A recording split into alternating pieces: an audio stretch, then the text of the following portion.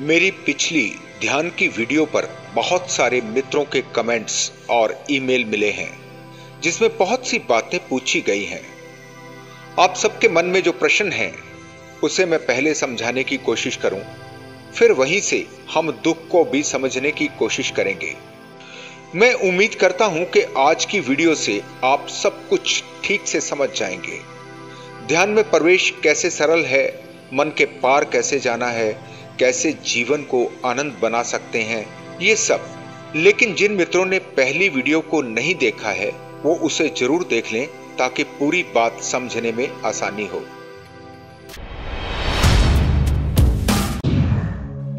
ध्यान है मन को चुप करवा देना, विचार मुक्त हो जाना। ध्यान है मन के खाली आकाश को देखना। दूसरी बात मैंने कही अभी और यहीं, लिविंग इन मोमेंट्स। इन दोनों को ठीक से समझ लें, यही सारा राज छुपा है। आप ध्यान में प्रवेश कर जाएंगे तो मन रुक जाएगा, लेकिन इससे अलग अगर आप अभी और यहीं के पल में जीना सीख जाएंगे तो भी ध्यान घट जाएगा। दोनों की मंजिल एक ही है। दोनों ही स्थितियों में विचार शून्य हुआ जा सकता है। मैं तो कहूंगा कि अगर अभी और यहीं के पल में जीना आ गया तो फिर आपको कुछ भी और करने की जरूरत नहीं है।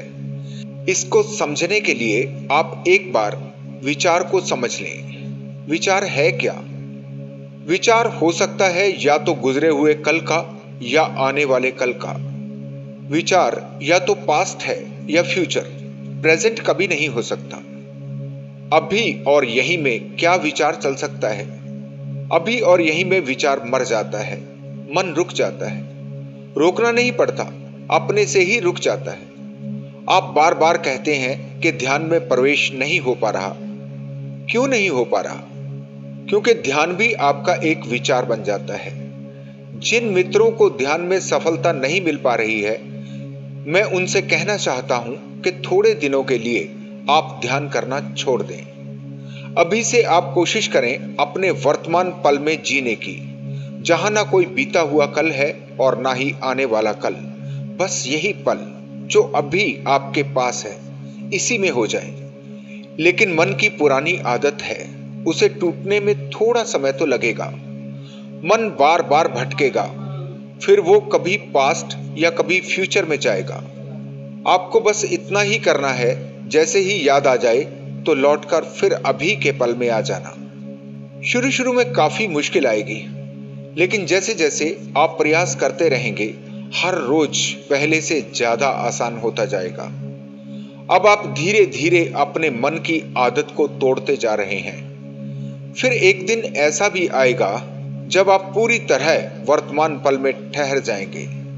जब भी ये घट जाए तो आप पाएंगे आपको अब किसी भी ध्यान की आवश्यकता नहीं है। आपका हर काम, आपकी पूरी दिनचर्या अब ध्यान बन चुकी है। आपका पूरा जीवन ध्यानस्थ हो गया। अब आप कभी भी ध्यान से बाहर नहीं हो सकते। बस छोटा सा आर्ट है, अभी और यहीं होना। इसके साथ साथ दूसरी घटना यह घटती है कि आप कभी उदासी या दुख में नहीं जा सकते, क्योंकि उदासी या दुख कभी भी अभी के पल में नहीं हो सकते। तब तुम्हें पहली बार पता चलता है कि तुम करता नहीं हो, तुम कुछ भी करने वाले नहीं हो। जो हो रहा है, जो भी घट रहा है, वो अपने से ही हो रहा है। अब तुम केवल जो हो रहा है इसे देख सकते हो, और जो अभी तक तुम समझते थे कि मैं ही कर रहा हूं, वो एक भ्रम से ज्यादा कुछ भी नहीं था। एक छोटी सी कहानी मैं पढ़ रहा था। चांदनी रात है और दो प्रेमी प्रेमिका सागर के तट पर पहुंचे हैं। चांदनी रात में सागर बहुत सुंदर दिखाई दे रहा है। सागर में जोर जोर से लहरें उठ रही हैं और किनारे तक आ रही हैं। प्रेमी अपनी प्रेमिका को सुनाने के लिए सागर से कहता है कि सागर, जोर से अपनी लहरों को उठाओ और जोर लगाओ। लहरें तो उठ ही रही हैं अपने से ही, लेकिन उसका अंदाज ऐसा है जैसे वो सागर को आदेश दे रहा हो। वो कह रहा है कि हाँ, और जोर से उठो। ऐ सागर, अपनी लहरों को किनारे तक भेजो, भेजो मेरे पास, भेजो इन्हें मेरे कदमों के पास। उसकी प्रेमिका तो बहुत हैरान हो गई। उसने कहा कि मैं नहीं जानती थी कि सागर भी तुम्हारी बात सुनता है। जब तुम कहते हो लहरों को कि उठो, तो देखो कैसे सागर से लहरें उठने लगती हैं। जब तुम कहते हो कि आओ मेरे कदमों में, तो कैसे ये हमारे पैरों से टकराकर लौट रही हैं। प्रेमिका ने कहा कि पहली बार मुझे पता चला तुम कितने शक्तिशाली हो, तुम कितने समर्थ हो।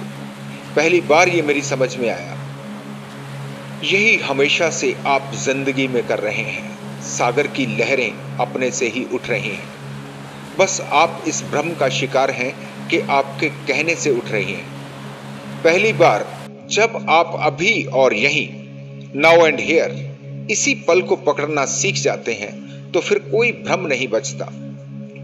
तब आप करने वाले नहीं होते, तब आपकी कोई चाह नहीं होती। बस जो भी हो रहा है आप उसमें आनंदित हैं। आप पहली बार पाते हैं कि जब कोई चाह नहीं रही तो फिर उसका दुख कैसे रह सकता है। दुख है क्या? दुख है आपके मन की अवस्था, कुछ ऐसा जो आप चाहते हो कि होना चाहिए, या फिर कुछ ऐसा है जो आप चाहते हैं नहीं होना चाहिए। आपका कुछ चाहना ही दुख को आमंत्रित करता है। जितनी जोर से चाहेंगे कुछ, उतना ही ज्यादा दुख आने वाला है। अब जरा ध्यान से देखें कि आप चाहते क्या हैं। आप जो भी चाहते हैं, अगर उसकी गहराई में जाएंगे तो आप पाएंगे कि आप सुख चाहते हैं। इसीलिए मैं हमेशा से कहता हूं कि सुख और दुख अलग नहीं है, एक ही है। जितना सुख चाहेंगे उतना ही दुख आएगा। सुख नहीं चाहेंगे तो दुख को आने का कोई रास्ता नहीं है। हमेशा ही मन इसी तरह से सोचता है। आप सोचते हैं कि जीवन में सुख तो हो पर दुख नहीं, जीवन में खुशियां तो हो पर गम नहीं, अच्छा अच्छा तो बच जाए लेकिन बुरा समाप्त हो जाए। आप चाहते हैं पॉजिटिव रहे, नेगेटिव ना रहे, या फिर प्रकाश बचे और अंधेरा चला जाए। जरा ठीक से समझें कि आप क्या चाह रहे हैं। यह चाहना तो ऐसा ही हुआ जैसे आप सोचें कि किसी सिक्के का एक पहलू तो रहे लेकिन दूसरा ना रहे। इसको ठीक से समझने के लिए कभी किसी पहाड़ को देखें।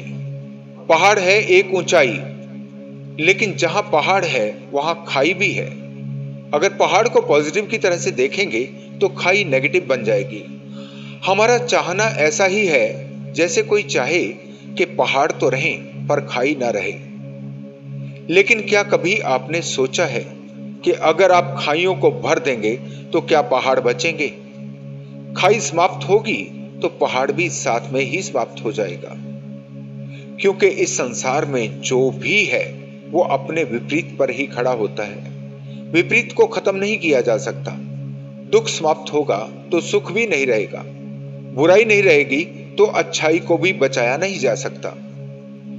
अब दूसरी बात जो बहुत मित्रों ने पूछा है कि ध्यान में किन बातों का ख्याल रखना है, क्या खाना है क्या नहीं, क्या छोड़ना है, ध्यान का समय कौन सा होना चाहिए।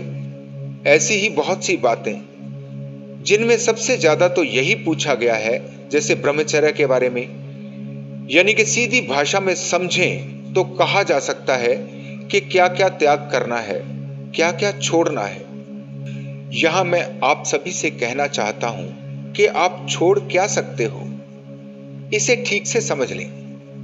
आप तभी छोड़ सकते हैं जब आप कुछ करते हो। जो आपके करने से नहीं हो रहा तो फिर उसे छोड़ेंगे भी कैसे? जब तक आपके मन में कर्ता का भाव है तभी तक त्याग किया जा सकता है। जब आपको अच्छे से यह समझ में आ जाता है कि आप कुछ भी नहीं कर सकते, जो भी हो रहा है अपने से ही हो रहा है, सागर की लहरों की तरह अपने से ही उठ रही हैं, तुम तो व्यर्थ ही चिल्ला रहे हो, तो फिर कैसा त्याग? उसी दिन आपके लिए त्याग का कोई अर्थ नहीं रहता। ये सब मन के ही भ्रम हैं। मन अपनी ही भ्रांतियों में जीता है। जिस दिन अभी और यहीं में आप जीने लगते हैं, जिस दिन आप कुछ भी करने वाले नहीं रह जाते, उस दिन ऐसा नहीं कि आप दुख से बाहर हो जाते हैं, आप सुख से भी बाहर हो जाते हैं। जहां न दुख बचता है न सुख, फिर वहां केवल आनंद रह जाता है। आशा करता हूं कि आपके सभी सवालों का जवाब आपको मिल गया होगा। एक बार फिर से कहना चाहता हूं कि जिन मित्रों को ध्यान में परेशानियां आ रही हैं, वो अभी और यहीं के प्रयोग को भी करके देखें। बहुत ज्यादा संभावना है कि आपका जीवन रूपांतरित होना शुरू हो जाएगा। आप नो माइंड की स्थिति, जहां मन नहीं बचता, उसमें प्रवेश कर पाएंगे। जहां मन नहीं बचता, वहां केवल आनंद बचता है, और यहीं से शुरू होता है स्वयं को जानना। एक बार रास्ता मिल जाए, फिर सब कुछ आसान है। दूसरी बात आनंद के संबंध में पूछी गई है। इसे भी जानना जरूरी है कि आनंद क्या है। इसका जिक्र मैं अपनी अगली वीडियो में करूंगा। आप सभी चाहे ध्यान के मार्ग से, चाहे वर्तमान के मार्ग से, या फिर किसी और मार्ग से अपने रास्ते को पहचान कर उस पर चलें। बेकार की भटकन से और अपने दुखों से मुक्त होकर एक ऐसे बादल की तरह हो जाएं जिसकी अपनी अब कोई इच्छा नहीं। वो उड़ता है हवाओं के साथ, जहां ले जाएं वो राजी। आपके जीवन में भी वो गहरे से गहरा स्वीकार का भाव उतर जाए, परमानंद आपका जीवन बन जाए। इसी मंगल कामना के साथ मैं विदा लेता हूं। धन्यवाद।